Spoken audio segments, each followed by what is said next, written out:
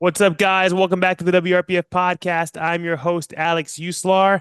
Episode 61, continuing our meet director and athlete series. I think one of the strongest meet directors I've interviewed to date. All right. Carina Davis has done some impressive shit when competing in powerlifting and has absolutely been killing the game as a meet director, as a judge. I feel like I see you everywhere. Seriously. I'm all over the place. Fucking love it. One of our traveling meet directors, super, super involved in the sport. Talk about giving back. I'm super excited to hear your story. I want to see what got you down the road to powerlifting, climbing up the rankings pretty damn quickly from your last competition, which has been a couple years since. But let's just take it kind of point by point. What were you doing before powerlifting? Because it seems like you didn't start competing to your 30s, right? So what were you doing before that? I've been lifting since I was 17, just kind of like, bro lifting at the commercial gym.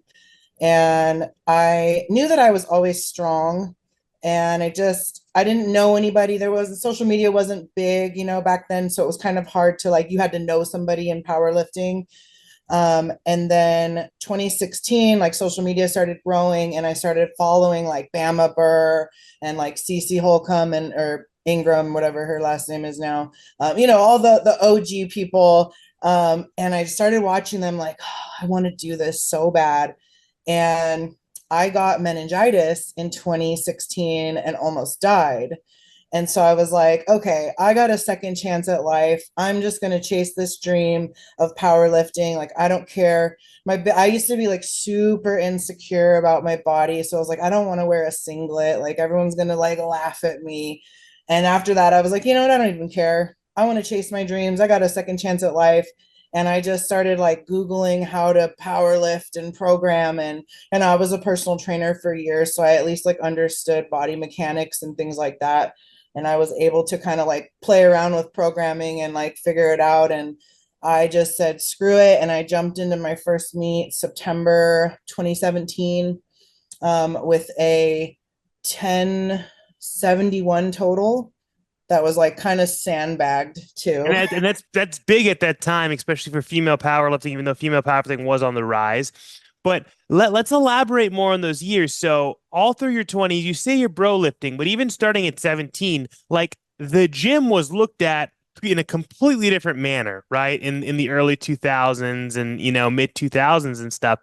So what kind of was that like for you navigating the gym and someone who enjoys lifting weights when it wasn't like, very popular or like slightly even frowned upon through that period for females? And what got you down to becoming a personal trainer? Take me through that evolution.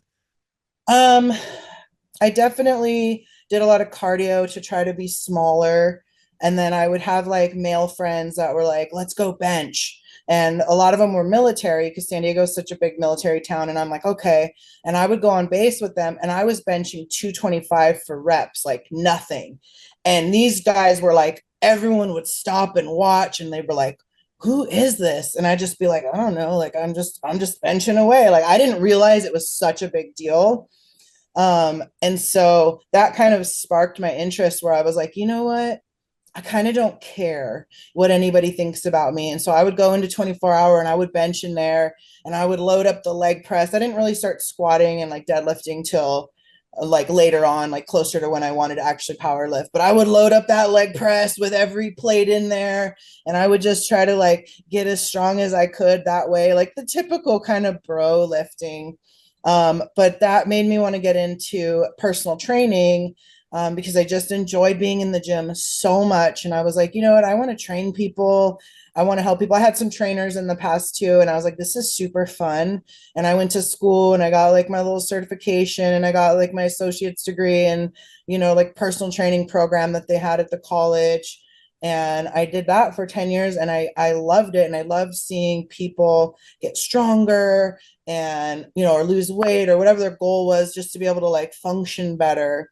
And then it was just always in my head that like getting stronger was just super fun and super cool. And I kind of just was like, you know what, I kind of don't care what anyone thinks, but I still did, but I still just did it anyway. It was kind of like a weird in limbo feeling where I cared what people thought, but I also just was like, you know what, I just want to be strong. Like it was, one of those weird things, but I just kind of just dove into it all like that. So through that kind of period, working at a gym, I'm assuming was it kind of like a corporate style gym? You're training strength, you're training on a, crappy LA Fitness bench, whatever it is. This is also through the rise of CrossFit. You didn't get pulled into that.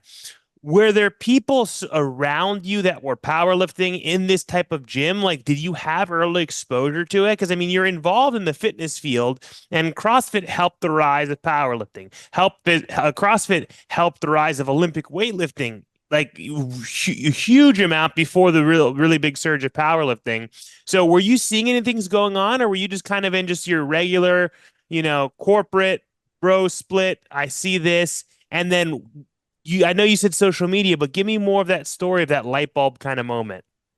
There wasn't really any powerlifters or people powerlifting around me, honestly.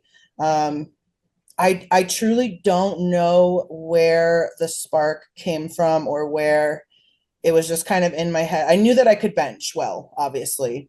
And I just was like, you know what, powerlifters bench. And I wish I knew, I wish I had that moment where I was like, I saw somebody doing something and it clicked. Like it just was like, let me just look at powerlifters online one day. Maybe it came across my feed or something. And then it was like, oh, I want to do this. Like this looks so cool. And yeah, it's just basic. So from seeing that, you like being in the field, you knew what the term powerlifting was, you understood the concept of it, but then you really see it, it kind of ignites a fire. So how did your training evolve? Did you start going to a powerlifting gym? Did you start training around powerlifters? Where did the kind of the immersement into this world now begin? So after the meningitis thing, I was still training at like 24-hour fitness. And I went back to the gym, and that's when I was home for like 6 weeks, just on bed rest, and that time, that's when I was really watching social media and YouTube and Ape Man Strong Power, YouTube videos and stuff. I just started Googling, and that's when I was like, okay, when I get better, I'm just going to start squat, benching, and deadlifting. And I didn't know anybody. And at the time, my ex was like, oh, I know a guy who power lifts. Let me talk to him. And so he messaged the guy, and the guy was like, yeah, you should run the 531 program. And I'm like, okay, cool. And so I downloaded the app, and I went back into the gym, and I just started doing that. And then I had met another girl who happened to work at 24-hour, because I came in one day, I bought my first, powerlifting belt. I upgraded from like the Velcro one, and I brought in my belt, and she was at the front desk, and she's like, do you power lift? And I was like, I want to. And she's like, I've competed. And so her and I started talking, and she's like, okay, follow me on Instagram, let me know if you have questions. And so I remember I had Googled, and I found my first meet in San Diego, and I was like, okay, I'm going to do this.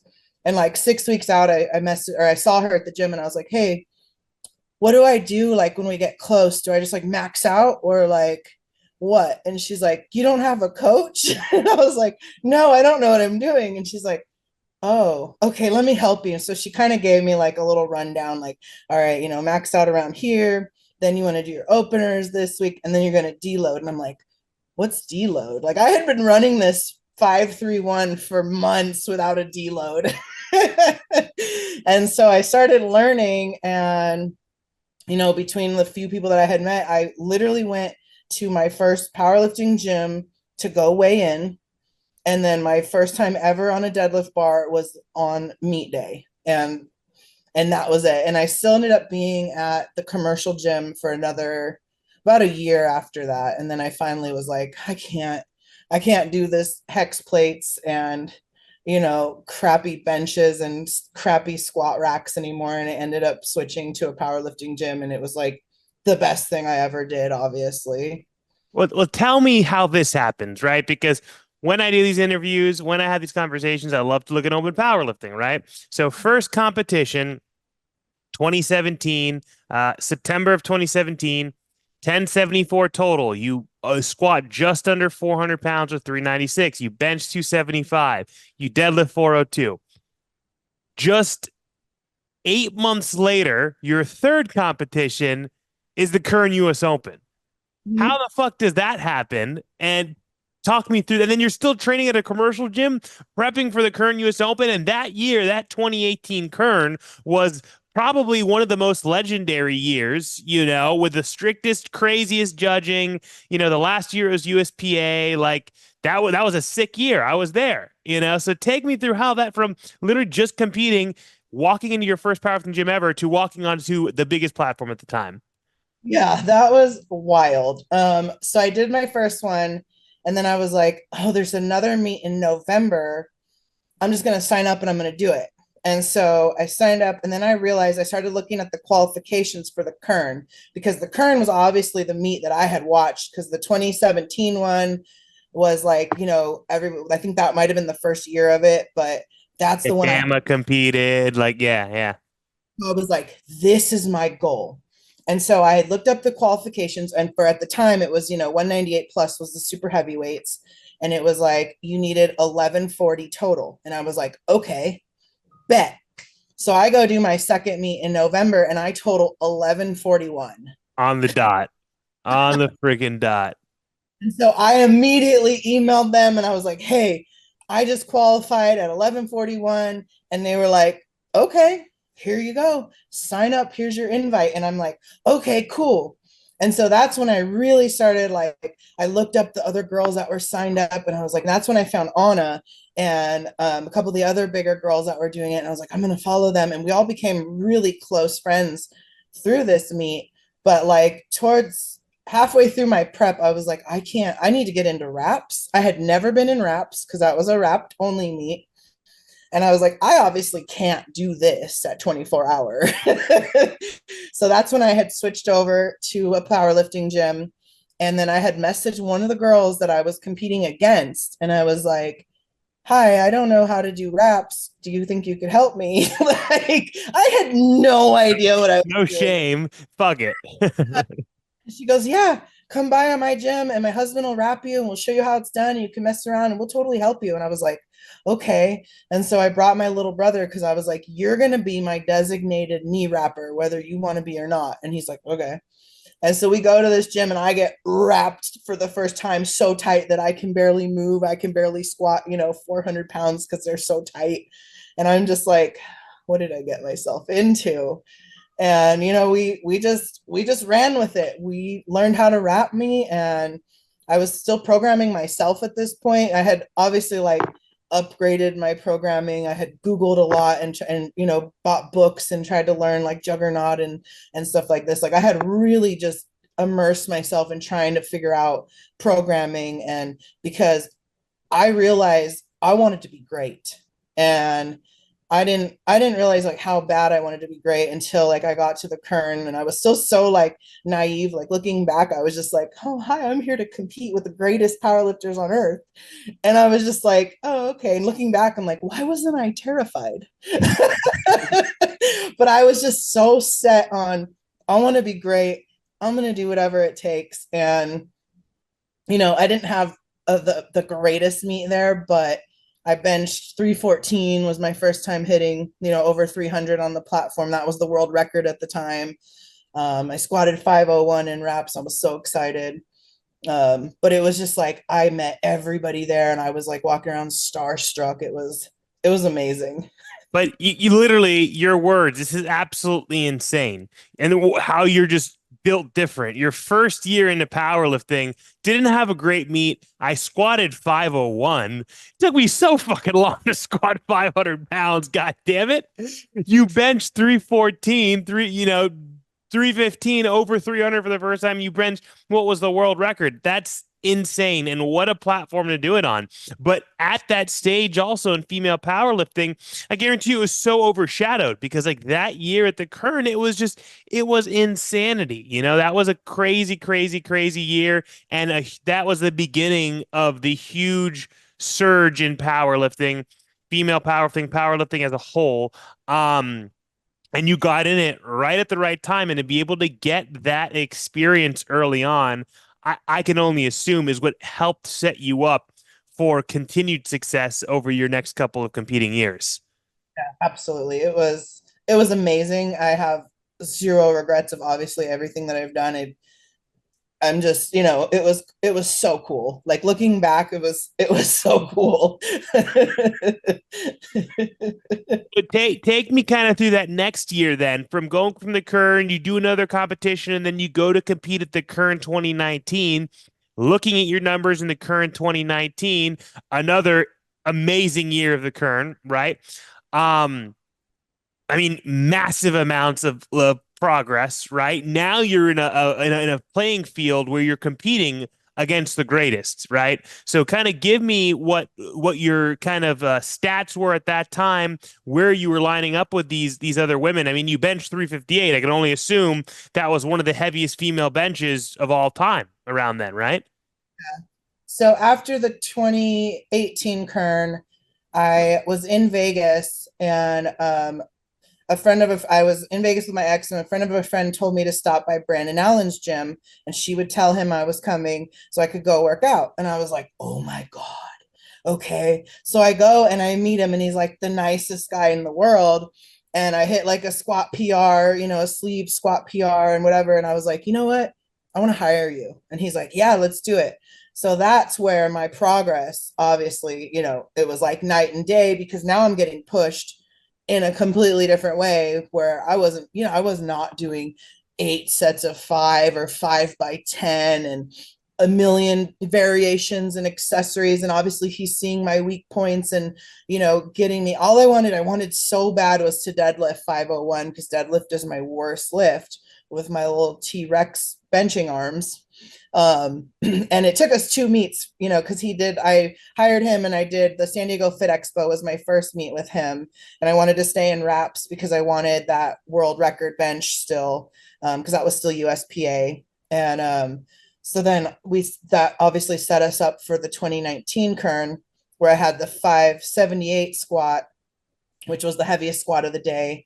And then the 358 bench was also the heaviest bench of the day. And then I finally pulled my little 501.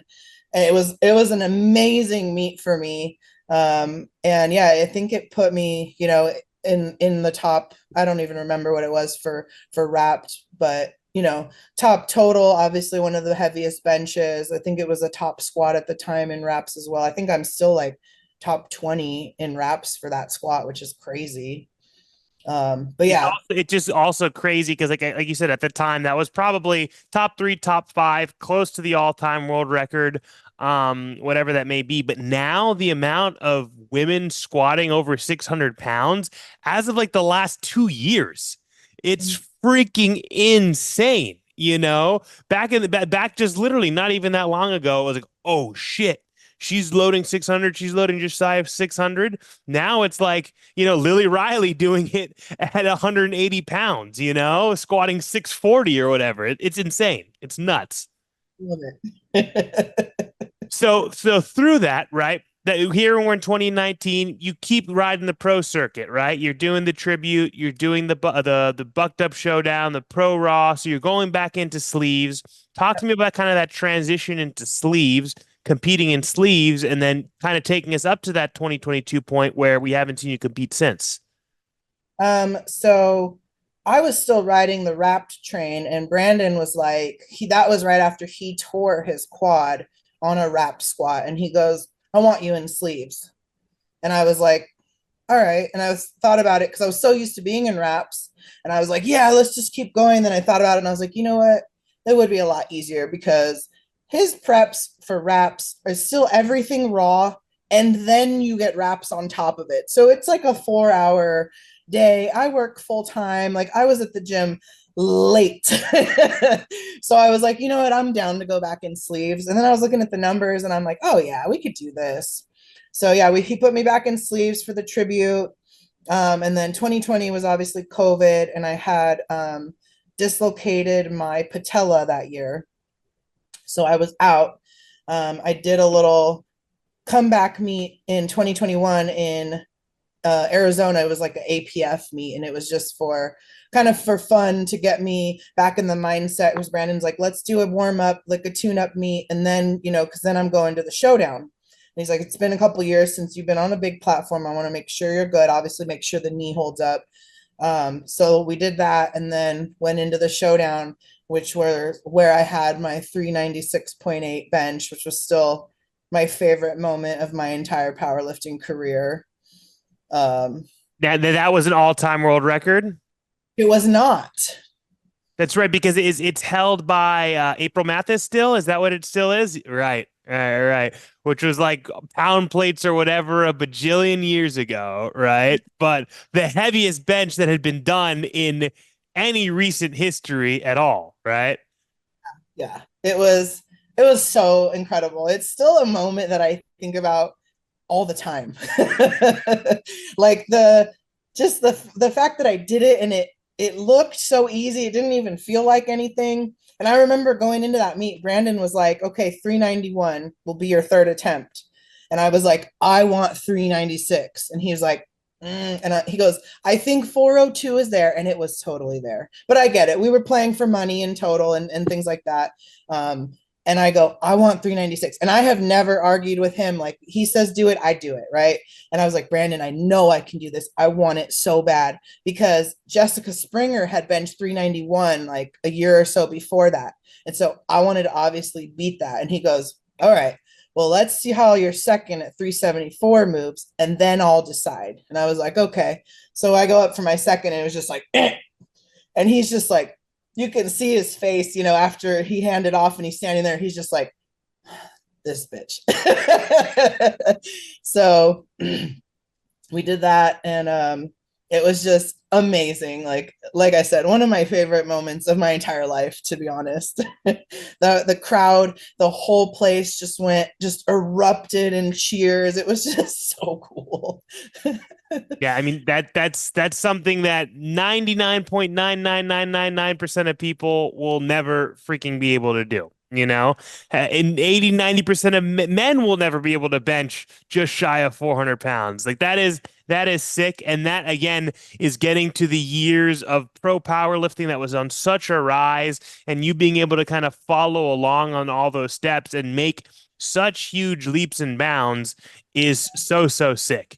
So Yep. going from the 2021 showdown to then the 2022 showdown, you also made tons of progress and ended up squatting a massive, just shy of 600-pound squat now in sleeves, right?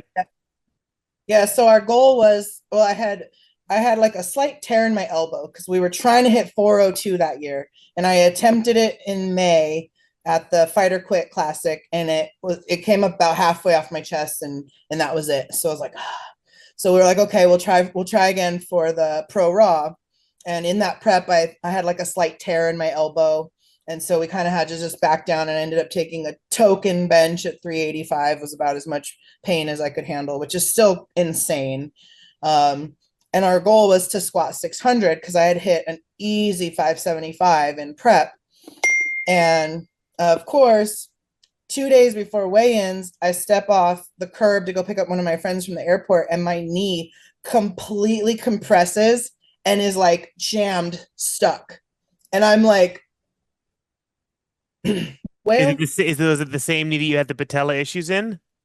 it's the other knee. Oh, fuck, that's nuts. The other knee is my good knee, and my other knee is my bad knee. So I call my chiropractor, and he's like, you got to get somebody to yank it, like pull it out of the socket. I went to weigh-ins limping around, and I was like, I don't care. I'm still gonna, like, worst case, I'm gonna start warming up and just see what I can do, and we lower it and lower my opener and just take what we can get, right? Because obviously I'm already there. All my friends have bought plane tickets already flying in. Like I'm not just gonna go home. Like I'm like, a dumpster fire at this point, but we're here. We're gonna do what we can do. I call my chiropractor. He's like, someone's got to pull it out of the socket. So my best friend gets there, and I'm like, okay, you have to pull my leg out of the socket. He's like, all right.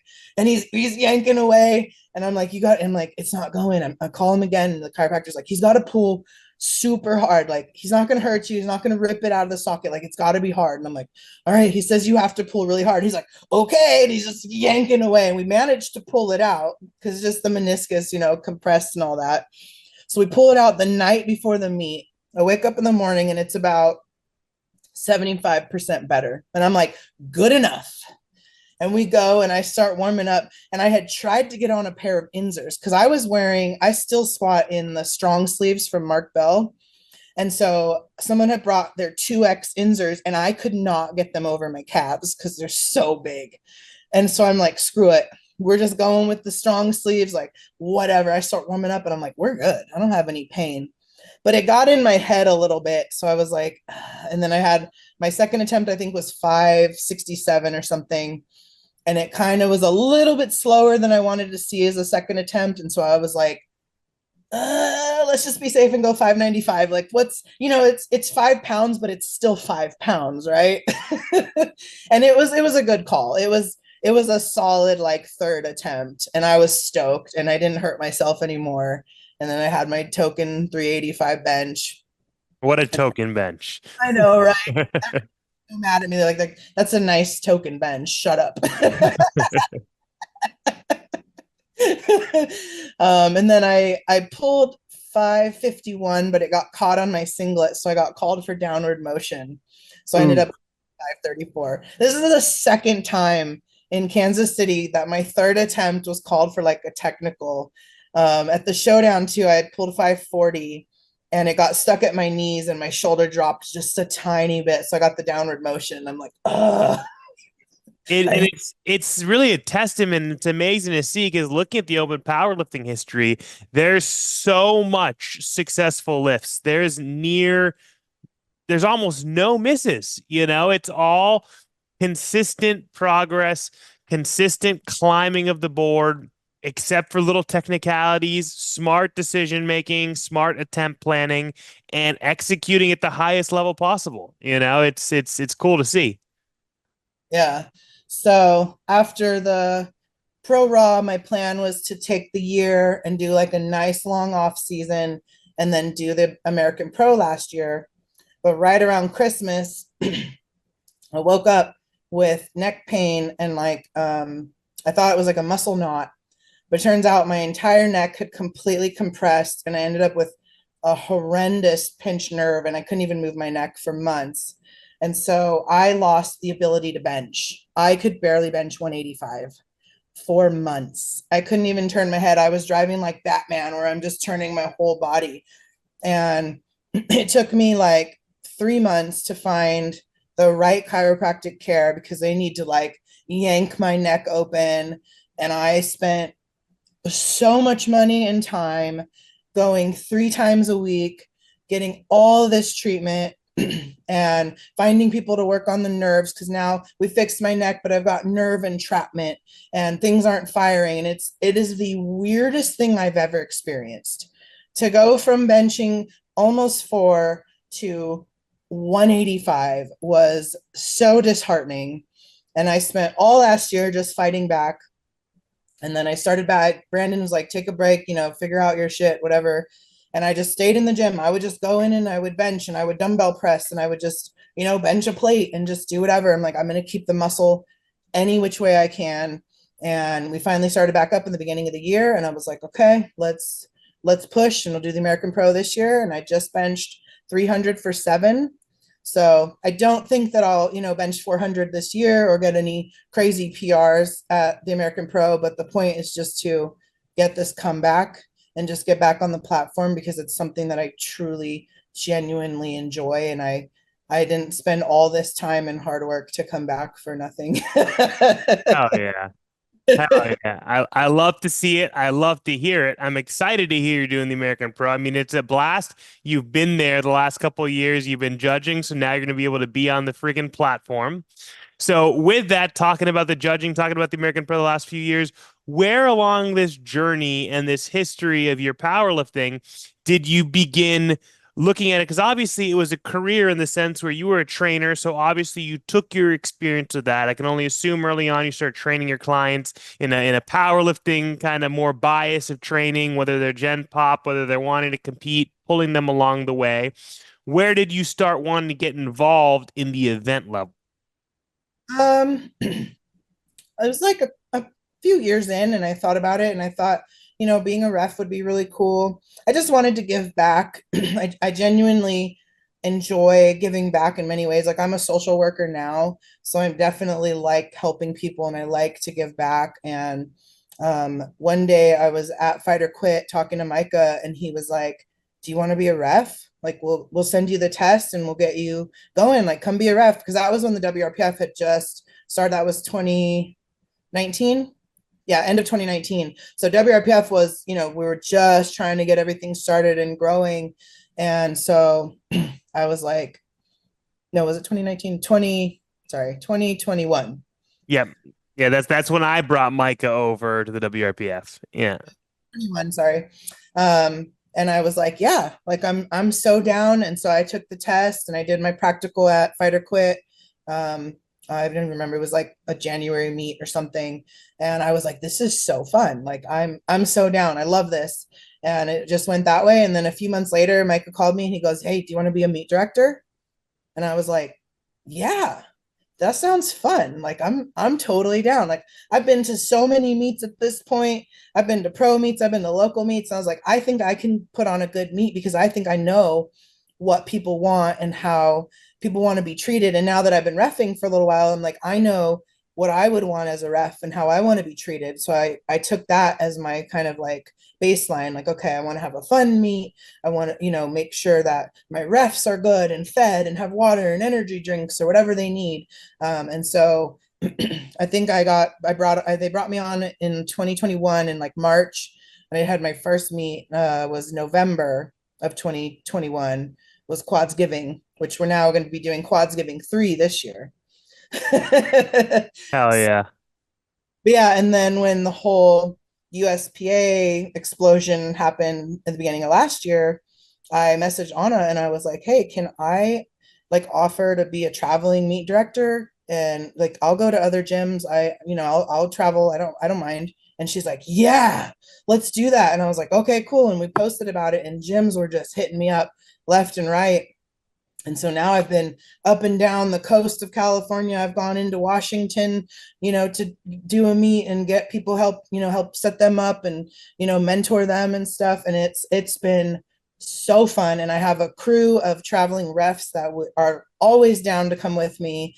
And it's just been an incredible experience, honestly. Like I love it. What you do is, so just a couple of guesses ago I had Liz Strain, right? Is something that a lot of meet directors don't and aren't always willing to do, because being a meet director, there's a lot of work, there's a lot of logistics, there's a lot of planning that go into it. But then venturing all outside, it adds so much more. So many more layers. But it's a testament of the love for it, the love for the powerlifting, the love for the sport, the love for the experience. And it's a cool thing, right? Even from like it being your job, so to speak, having to do it different every time, it brings all these different elements, but it's not for everyone. And you've been able to help fill a huge void that a lot of meet directors who are gym owners, for example, aren't going to want to do, aren't going to have a need to do, right? Yeah, it's definitely a whole different ball game because now you're either I'm flying with multiple suitcases of calibrated scales, bags of metals. I'm shipping things to the gyms. I'm shipping banners and shirts, and then sometimes they're not there, and then my banners and shirts get sent back to UPS and I'm not even in the area, and I'm like, and then I don't know, I'm like, tell me what equipment you guys have. And, and then I get there and it's completely different or nothing's set up. And I'm just like, okay, we're building a platform today. We're going to Lowe's right now. So I've definitely evolved even from like my first travel meet to where I'm at now, where I feel like I have a system down. I have my suitcases, my meet director suitcases like specifically set aside, and I have the system, and I get the Airbnb and I fly all the refs in around the same time as me, and I rent a big SUV, and we make it like it's ends up being a super fun weekend, and we're there and we're building platforms, or I send them the specs and they get everything ready, and it's just I have the whole system down, and it's definitely been like a learning process, but I feel like definitely like evolved from when I first started, where I was just like, yeah, I'll come run a meet there. Oh, you don't have comp clips. Okay, well, we're gonna find a gym in the area. Yeah. It's funny because it takes a certain type of person and personality because even when you mentor under someone else, you learn this, that, and the other. You create your system, right? You create your Ten Commandment, your Bible, whatever you will for being a meet director. You have even if you have those guidelines, you have to have the type of personality. You have to be the kind of person who's going to be able to problem solve and get around things because you're always going to have different issues, logistical things thrown at you, and you have to be able to solve them and attack them and not just break down, throw up your hands, and be like, I'm not fucking cut out for this. Damn it, and then let your meat be crap, and then you don't end up doing it again after one or two of them, which, happens, right? It happens to some people who think they want to be a meat director. Absolutely. I've had flights canceled where we're all scrambling last minute. I've had refs jump in a car and drive 8 hours because their flight was canceled. Like we've had a lot of craziness, flooding and storms and things. But like I said, we have to be flexible and I have to go, okay, we're going to go into plan B, plan C, plan D, whatever it takes. I'm going to call. Luckily, I have my point of contact and they'll know 10 other people and we can just kind of like, bounce off everything right away. Like I need spotters and loaders in the area. And suddenly I've got 32 DMs from people going, I'll help. And I'm like, okay, great. Like it's been honestly incredible. I have never had a meet lacking in anything because I just have so many people willing to help me. And it's like, it always just afterwards, I'm always just like, my heart is so full. And it's just so fun to see everybody having a good time and lifting and loving powerlifting the way that I love powerlifting. And then everybody just coming in to help me and the sport. And it's just like, it's just been unbelievably amazing. And I love every second of it. You nailed it. I've said this over and over in all the last couple episodes where it's not easy, it's hard, be ready to have things thrown at you, but the amount of fulfillment that you truly get when you can sit back at the end, breathe a sigh of fresh air, even though you know you have to do it again in a month or two, whatever it is. But it just feels so good to see your work come into fruition and kind of see your vision come into fruition. And it's very, very rewarding, much more so than just you know, doing whatever else you're going to do with your weekend, right? So I love it. I love it. And I love being able to talk to passionate meet directors and passionate athletes such as you. I'm super excited to see you back on the platform this year. I'll be there. We'll all be out there watching the American Pro 3. Let everyone know what other events you have coming up, if there's spots available and where they can find that information. Yeah. Actually, the only meet that I've got left this year is going to be Quads Giving 3. I'm taking a break through the summer so I can focus on my prep.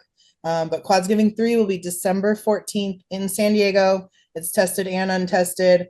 It's on Lifting Cast. It's on the WRPF website. It's in my bio. I'll be posting flyers and promoting that real soon. But we're excited. It's going to be a fun one for sure. Hell yeah. Well, thank you for hopping on, Carina. I loved chatting with you. I'll be seeing you soon. And I hope you guys enjoyed this week's episode of the WRPF podcast. Thank you.